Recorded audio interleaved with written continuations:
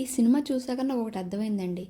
నా చిన్నప్పుడు ఇలా నాకు కానీ టీచర్లు కానీ మా పేరెంట్స్ కానీ చెప్పి ఉంటే నిజంగా నేను ఈ పాటికి ఇలా రివ్యూలు చెప్పుకోకుండా మంచిగా ఏ డాక్టర్ ఏ ఎంబీబీఎస్ ఏ ఎఫ్ఎస్సి అయిపోవచ్చు అనిపించింది.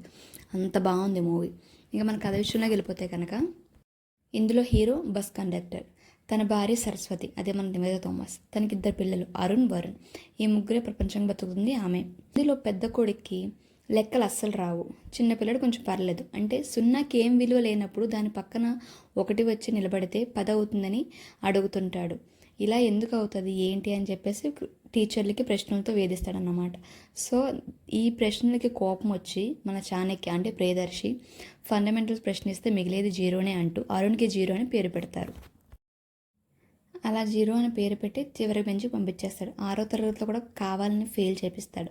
దీంతో తన తమ్ముడి క్లాస్లో కూర్చోవాల్సి వస్తుంది. ఈసారి అరుణ్ స్కూల్లో ఉండాలంటే కనీసం లెక్కల్లో 35 మార్క్స్ సాధించాల్సిందే అని చెప్పి అవుతాడు. అసలు జీరో అరుణ్ క్లాస్లో హీరో ఎలా అయ్యాడు? తన కొడుక్కి లెక్కల పాఠాలు అర్థం కావాలని 10th ఫెయిల్ అయిన వాళ్ళ తల్లి అరుణ్ అసలు 35 మార్క్స్లు తెచ్చుకున్నాడా లేదా అనేది మిగతా కథ. ఈ మూవీ లెక్కల కథ, పిల్లల కథ మాత్రమే కాదు, అమ్మా నాన్నల కథ కూడా. చదువుకోవడం అంటే నేర్చుకోవడం అని, ప్రశ్నించడం ఆగిపోతే నేర్చుకోవడమే ఆగిపోతుందని చెబుతుంది.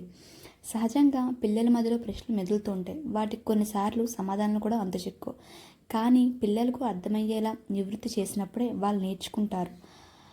అందుకు తగ్గట్టుగానే మన విద్యా విధానం సాగాలని చెప్పిన విలువైన కథ.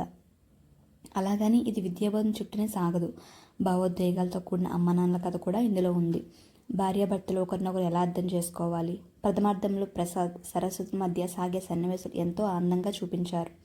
భర్త మనసుని గెలిస్తే చాలనుకొని 10th ఫెయిల్ అయిన ఆగిపోయిన ఓ గృహిణి ఏ పరిస్థితుల్లో మళ్ళీ పుస్తకాలు పట్టాల్సి వచ్చింది. తిరుపతి నేపథ్యం, భక్తి కోణం ఈ కథలోని ఇమిడి ఉంది. ఇది ప్రేక్షకుడికి ఒక కొత్త అనుభూతి వస్తుందని చెప్పి నా ఫీలింగ్. చాణక్య మాస్టర్ని అరుణ్ ప్రశ్నించడం మొదలయ్యాక కథలో ఇంకా ఫాస్ట్గా వేగం పెరుగుతుంది. లెక్కల టీచర్లు, పిల్లలకు మధ్య వాతావరణం, పిల్లల మనస్తత్వాలు, క్లాస్ రూమ్లో స్నేహాలు, వాళ్ళకు ఒకరొకరు దూరమైనప్పుడు ఇదంతా మనకి మనసుకి ఆకట్టుకుంటుంది. కథని ప్రశ్నలతో మొదలుపెట్టి ద్వితీయార్థంలో అమ్మ పాత్ర నుంచి సమాధానం చెప్పించే విధానం అయితే సినిమాకి హైలైట్. ఇంకా మామూలుగా చెప్పాలంటే ఇందులో ఎమోషనల్ కానీ హాస్యం ఎక్కువ ఏమి ఉండదు. మన మిగతా సినిమాలు చూసుకుంటే ఇదైతే కొంచెం స్లో అనిపిస్తుంది. బట్ ఏంటంటే కొత్త కథ అయితే కంపల్సరీ అని నేను చెప్తున్నాను. అండ్ ఇది కొత్త భాష కాబట్టి చాలామందికి అర్థం కాదు. అండ్ ఇందులో అంటే వాళ్ళు చెప్పే డబ్బింగ్లో కూడా మాటలు మనకు సరిగ్గా అర్థం కాలేదు, అది అక్కడ మిస్టేక్. సో మామూలుగా ఓవరాల్ చూసుకుంటే కథ మటుకు చాలా బాగుంది. మూవీ అయితే వెళ్ళి చూడండి. హలో అండి, ఈ ఛానల్ని లైక్ చేసి షేర్ చేసి సబ్స్క్రైబ్ చేసుకోండి. నేను చేసే ప్రతి వీడియో మీకు నోటిఫికేషన్ ద్వారా రావాలంటే కిందన బెల్ ఉంటుంది, దాన్ని కూడా క్లిక్ చేసేయండి. Thanks for watching.